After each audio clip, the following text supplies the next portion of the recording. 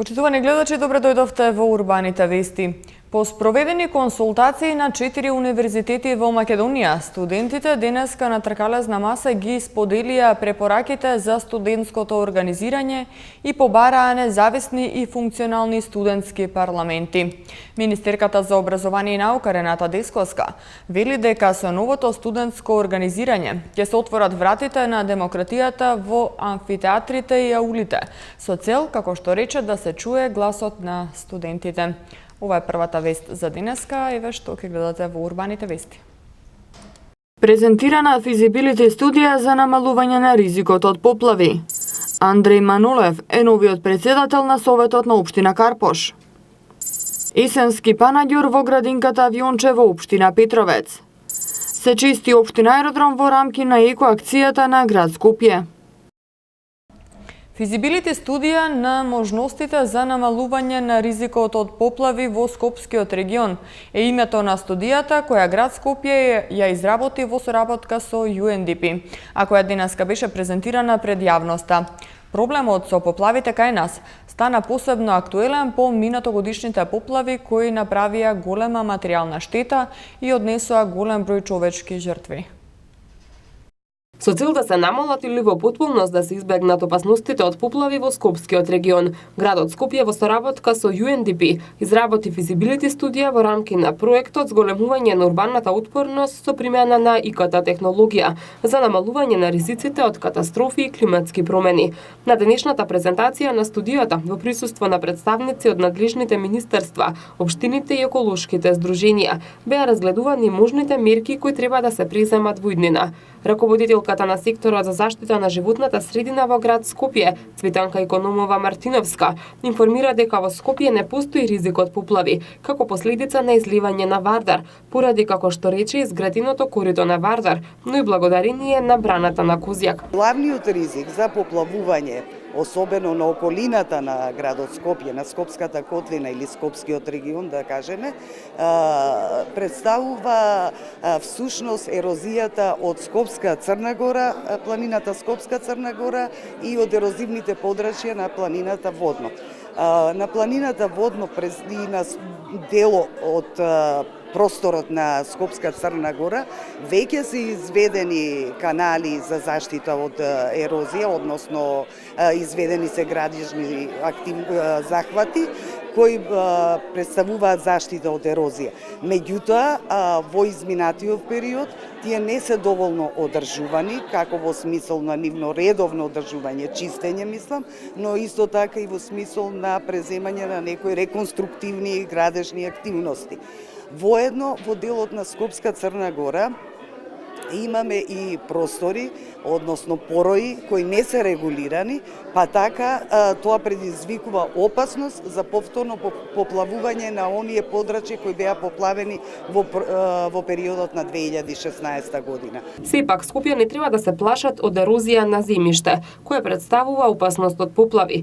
Изминативе години ерозија се случува на Скопска Црна Гора и на Водно. Со претходно презентираната студија и веќе изготвена студија која градот Скопје исто така изработуваше во соработка со UNDP, студијата за заштита од ерозија, предвиден е акцијски план со сите комплетни активности што треба да се преземат на овие две ерозивни подрачја со цел да се заштити градот од поплавување.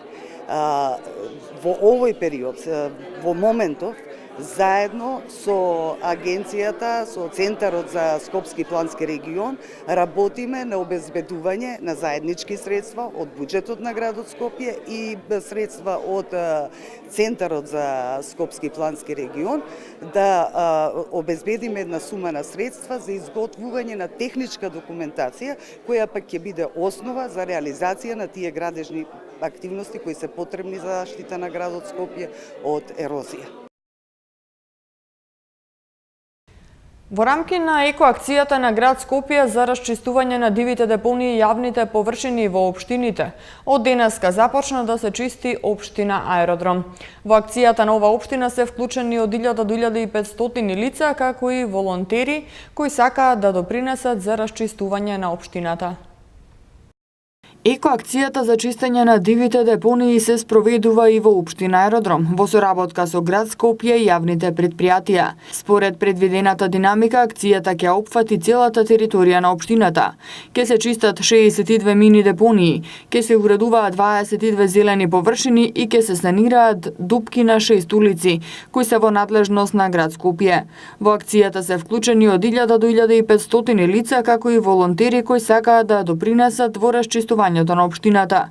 Од општината информираа дека екоакцијата представува символичен почеток на реализацијата на стратегијата на општина Аеродром, како локална самоуправа за целосно чистење на дивите депонии на нејзина територија.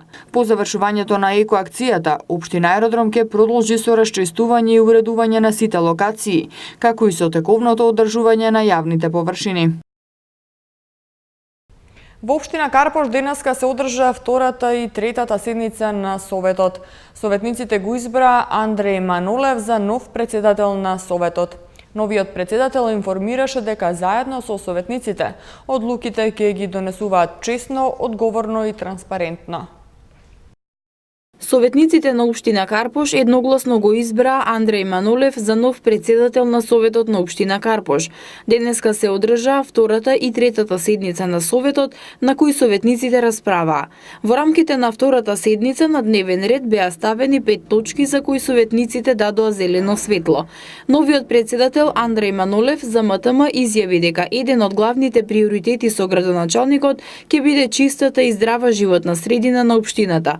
Етапно ќе се направи и ревизија на деталните урбанистички планови. Во делот на образованието и градинките сметаме дека треба да ги помениме програмите за работа. Мислиме дека ќе треба да го разгледаме и начинот за продолжен престој на децата и во средните, основните и во градинките.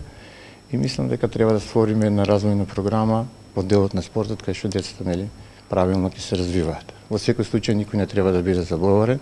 Мислам дека и социјалните ранливи категории во општината се дел кај што треба на секој да му помогнеме, да му пружиме рака, како за немотните, за сиромашните, така и за инвалидизираните лица. Инаку Андреј Манолев е професор по спорт во Средното медицинско училиште. Во општина Карпош, како што вели, живее повеќе од 25 години. До сега има настапувано во многу конструктивни настапи, манифестации и бил учесник во многу спортски настани во општина Карпош. Како што вели тој, сака да продолжи со истиот начин и истото темпо на работа, се за доброто на граѓаните. Граѓанскиот форум кој се спроведува во општина Карпош ги детектираше најважните проблеми со кои се соочуваат жителите на оваа општина и за кои има потреба од итност во решавањето. Денеска продолжи третата сесија од Граѓанскиот форум во општина Карпош, на која учесниците ги одбраа најсуштинските проблеми со кои се соочува општината. Овозможување на проодни улици и паркинг места, подигнување на свеста на граѓаните за селектирање на отпадот, изградба на паркинг платформи во подрачјата каде што има најголема фреквенција на сообраќај на територија на локалната заедница, решавање на проблемот со хаварисаните возила, како и ревидирањето на деталните урбанистички планови, се проблемите кои по пополнувањето на анкетниот лист се најдоа на првите места на ранг листата како прашања кои заслужуваат итност во решавањето.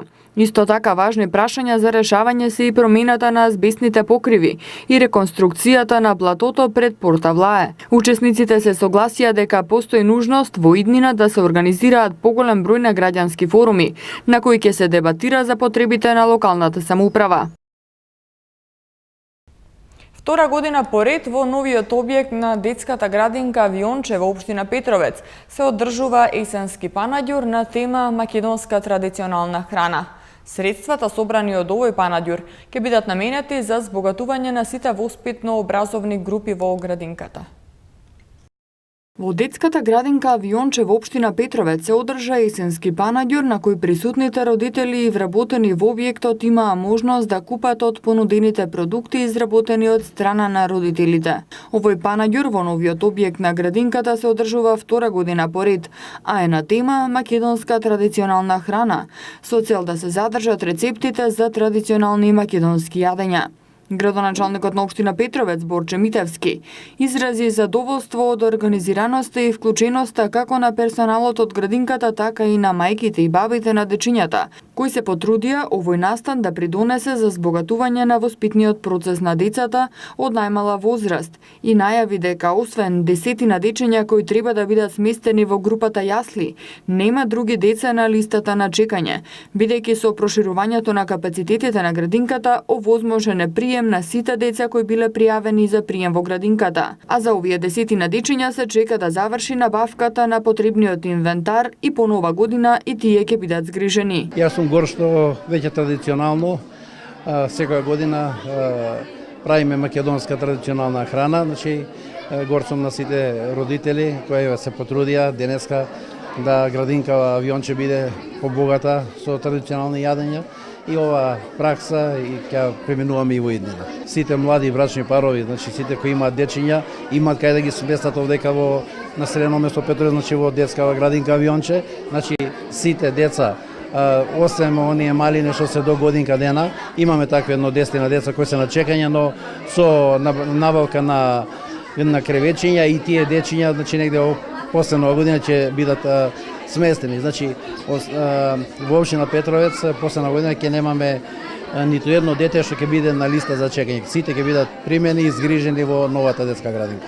Директорката на градинката Анита Петрушевска истакна дека дечињата со голема радост се подготвувале за овој настан, како дома со своите мајки при подготовка на јадењата кои требало да ги донесат во градинката, така и при организирањето на панаѓурот во самата градинка и подготовката на мини приредбата која дечињата ја приредија за присутните на есенскиот панаѓур. Овој есенски панаѓур ни е на тема македонска традиционална храна. Значи, со тоа сакаме да ја запазиме и традицијата на нашите баби со нивните рецепти, кои што ни дадо огромен придонес за збогатување на воспитните катчиња и центри кои што ги имаме за сите воспитни групи. Донацијата ќе одат, средствата ќе бидат наменети за збогатување на воспитните центри. Продлабочување на соработката во повеќе области беше темата на која разговараа градоначалникот на општина Киселавода и амбасадорката на Народна република Кина во Македонија при нивната работна средба. Амбасадорката изрази интерес за функционирањето на градинките и училиштето, бидејќи претходно Кина и општина Киселавода имаат соработка во областа на образованието. Градоначалникот на општина Киселавода Филип Темелковски уствари средба со амбасадорот на Народна република Кина во Република Македонија Јин Ликсијан, на која е дискутирано за продлабочување на соработката во повеќе области. Општина Киселавода соопшти дека на средбата градоначалникот Темелковски е запознал амбасадорката за планираните проекти, од кои дел се во соработка со градот Скопје, кои имаат за цел да ги подобрат условите за живење на жителите од овој дел на градот. Амбасадорката изразила интерес за функционирањето на градинките и училиштата, бидејќи и претходно Народна република Кина и општина Киселавода имаат соработка во областа на образованието. Градоначалникот Темелковски ја изрази својата благодарност за интересот на Народна република Кина, од што произлезе ново изграденото училиште во населбата Драчево, основното училиште Рајко Жензифов, како символ на кинеско-македонското пријателство. Со фонд од 1,5 милион денари, Министерството за образование и наука и Фондот за иновации и технолошки развој ќе финансираат проекти за млади истражувачи. Пријавувањето на предизвикот за млади истражувачи ќе трае заклучно со 15 декември 2018 година. Државата преку Министерството за образование и наука и Фондот за иновации и технолошки развој ќе финансира проекти за млади истражувачи со вкупен фонд од 1,5 милион денари. Со вкупниот буџет од 1,5 милион денари ќе се финансираат научно-истражувачки проекти од областа на природните и техничките науки. За секој поединачен проект може да се доделат најмногу до 300.000 денари. Предвидено е да се додалат награди во две категории – истражувачки проекти во основно образование и истражувачки проекти во средно образование, што треба да бидат комплементарни со наставните програми. Исто така ќе следуваат и парични награди во износ од 30.000 денари и за наставниците, кои ќе ја предводат реализацијата на првонаградените тимови, односно проекти во своите категории. Пријавувањето на предизвикот за млади истражувачи ќе трае заклучно со 15 декември 2018 година. Од 2 до 6 декември во Кинотека на Македонија ќе се организира филмски циклус посветен на современиот израелски филм, на кој ќе бидат прикажани 6 израелски филмови со превод на македонски јазик. Билетите за проекциите се бесплатни и може да се резервираат телефонски на билетарницата на Кинотека на Македонија. Кинотека на Македонија во соработка со амбасадорот на Израел за Македонија Дан Оријан и еврејската заедница во Република Македонија од 2 до 6 декември ќе организира филмски циклус посветен на современиот израелски филм. Во филмскиот циклус ќе бидат прикажани 6 филмови со превод на македонски јазик. Филмската ревија во сабота ќе биде отворена со хармонија во режија на Орис Иван, со 2 проекции од 19 и од 21 часот. Во наредните денови ќе бидат прикажани документарните филмови Посебна посета на Македонија и Кармелин во Македонија, двата во режија на Пјер Лави, филмовите Татко, Витлем и Најдобрите за мечување. 6 филмови се од поновата продукција во израелската кинематографија. Билетите за проекциите се бесплатни и може да се резервираат на телефонскиот број 02 306 5968 од 16 до 19 часот на билетарницата на Кинотека на Македонија. Нов влажен и релативно топол бран со обилни врнежи од дожд ќе има до сабота. Утре обилни врнежи се очекува да има на повеќе места, а во сабота во источните делови каде ќе има услови за појава на грмежи. Снег ќе има само на високите планини. Од целиот влажен бран се очекува на повеќе места да наврнат над 50 литри на метар квадратен, а во крајните западни делови некаде околу 100 литри на метар квадратен. Во недела и понеделник врнежите ќе бидат локални, а температурите ќе бидат во опаѓање. До кој степен ќе достигнат, гледаме од МТМ Метео.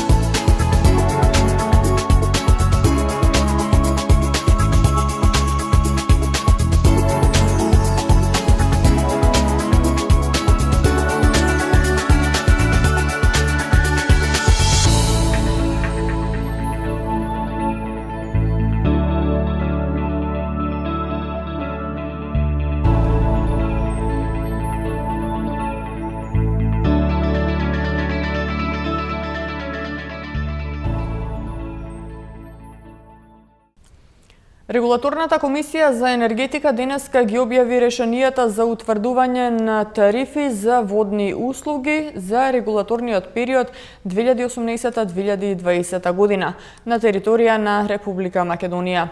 Од Скопското јавно предпријатие Водовод и канализација за МИА потврдија дека денеска го добиле решенијето за утврдување на тарифата на територија на град Скопје и појаснува дека со ова почнува постапката за утврдување на цената на водата што граѓаните ќе ја плаќаат од почетокот на годината.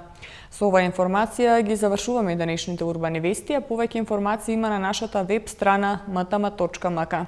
Имајте пријатна вечер.